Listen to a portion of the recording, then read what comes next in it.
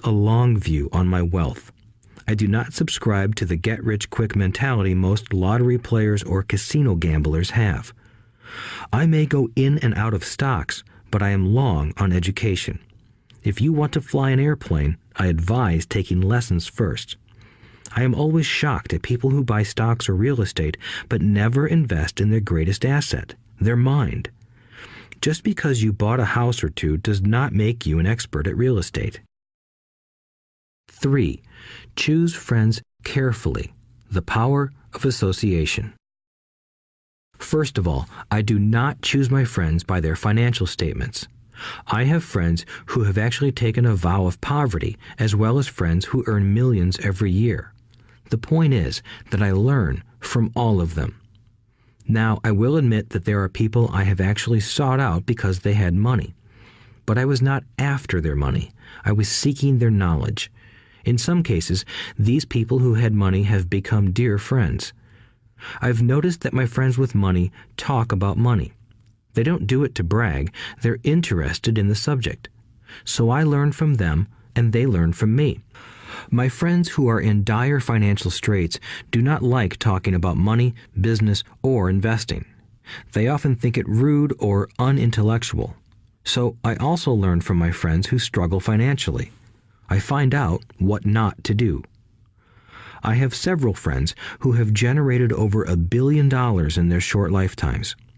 The 3 of them report the same phenomenon. Their friends who have no money have never come to them to ask them how they did it, but they do come asking for one of 2 things, or both, a loan or a job. Warning: don't listen to poor or frightened people. I have such friends, and while I love them dearly, they are the Chicken Littles of life. To them, when it comes to money, especially investments, it's always the sky is falling, the sky is falling. They can always tell you why something won't work.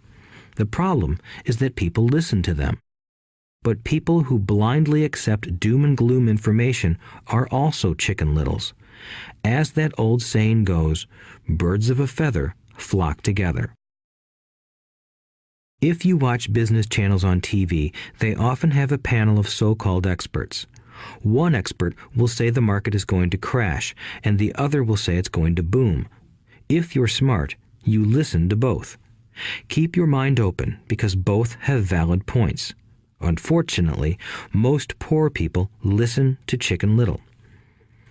I have had many close friends try to talk me out of a deal or an investment. Not long ago, a friend told me he was excited because he found a 6% certificate of deposit. I told him I earned 16% from the state government.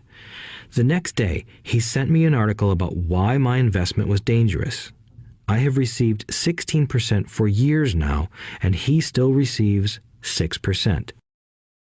I would say that one of the hardest things about wealth building is to be true to yourself and to be willing to not go along with the crowd. This is because, in the market, it is usually the crowd that shows up late that is slaughtered. If a great deal is on the front page, it's too late in most instances. Look for a new deal. As we used to say as surfers, there is always another wave. People who hurry and catch a wave late usually are the ones who wipe out. Smart investors don't time the markets. If they miss a wave, they search for the next one and get themselves in position. This is hard for most investors because buying what is not popular is frightening. Timid investors are like sheep going along with the crowd. Or their greed gets them in when wise investors have already taken their profits and moved on. Wise investors buy an investment when it's not popular. They know their profits are made when they buy, not when they sell. They wait patiently. As I said, they do not time the market. Just like a surfer, they get in position for the next big swell. It's all insider trading.